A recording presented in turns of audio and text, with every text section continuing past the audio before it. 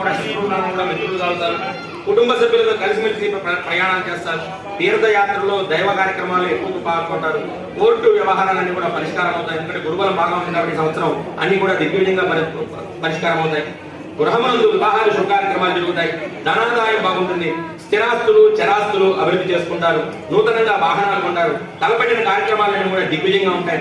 శని ప్రభావం ఉండడం వలన, ఏలినాటి శని ప్రభావం ఉండడం వలన కొద్దిగా ఇబ్బందులు ఎదుర్కొనే సూచనలు ఉన్నాయి. అనారోగ్య సమస్యలు, ఆరోగ్యం నిలకడగా ఉండకపోవడం, జ్ఞాపశక్తి తక్కువ, మధ్యస్థిమత లేకపోవడం, చికాకు, ఆరోగ్యం చికాకు పెడుతుంటుంది. ఎక్కువగా శనేశ్వరుడికి తైలాభిషేకం చేసుకుంటూ ఉపశమనంగా ఉంటుంది.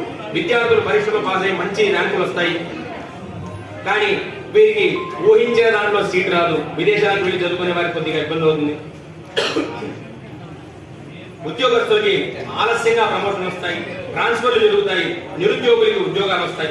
వ్యవసాయదారులకు 2 పంటలు కూడా బాగా లాభించి గతంలో చేసిన అప్పులను కూడా తీర్చుకున్నారు. వ్యాపారస్తులకి క్రయ విక్రయం చేసుకునే బాగా లాభిస్తుంది. నూతనంగా వ్యాపారంలో పెట్టుబడులు పెట్టేవాడికి బాగా యోగదాయకంగా ఉంటుంది. ఈ సంవత్సరం మిశ్రమ ఫలితాలు ఉంటాయి. వీరికి క్రీడాకారులు కూడా మిశ్రమ ఫలితాలు ఉంటాయి. కొద్దిగా ఎంతో కష్టపడితే కానీ విజయం రాదన్నమాట. టీవీ సినీ రంగంలో పరిశ్రమ చేసేవారికి కూడా ధనాదాయం బాగుంటుంది. నూతన అవకాశాలు బాగా వస్తాయి. కాంట్రాక్టర్లకి నూతన టెండర్లు కలిసి వస్తాయి. నూతనంగా వ్యాపారం బాగా కలిసి వస్తుంది. పనులు కొత్త కొత్త కాంట్రాక్టులు వస్తాయి. పనులలో ఆటంకం ఏర్పడినా కూడా అన్నింటా కూడా గురుబలం వలన బాగా అన్ని కూడా దిగ్విజయంగా చేసుకుంటారు. ధనాదాయం బాగా చేకూరుతుంది. రాజకీయ నాయకులకి కొద్దిగా ఆలస్యమైనా కూడా ప్రజలు గుర్తింపు వస్తుంది. బాధ్యతలు పెరుగుతాయి. ఎంతో శ్రమపడి మీరు పదవులు సంపాదించుకోవాల్సిన అవసరం ఉంటుంది. ఈ రాశి స్త్రీలకి అన్ని రకాలుగా యోగదాయకంగా ఉంటుంది. ఉద్యోగంలో బాగా ప్రమోషన్స్ వస్తాయి. అనుకున్న ప్రదేశాలకు ట్రాన్స్ఫర్లు ఉంటాయి. వివాహం కాని వారికి వివాహం జరుగుతుంది. ఎందుకంటే గురువులు బాగా ఉన్నందువలన వీరికి వివాహమయ్యే యోగం ఉంది. వివాహం కాని వారి గతంలో ఈ సంవత్సరం వివాహమయ్యే యోగం బాగా బలంగా ఉంది. గృహంలో ధనకనక వస్తు వాహనాలన్నీ కూడా సమకూర్చుకుంటారు. ఇంటికి బంగారు ఆభరణాలు బాగా సమకూర్చుకుంటారు. ఆరోగ్యం పట్ల చాలా జాగ్రత్తగా ఉండాలి.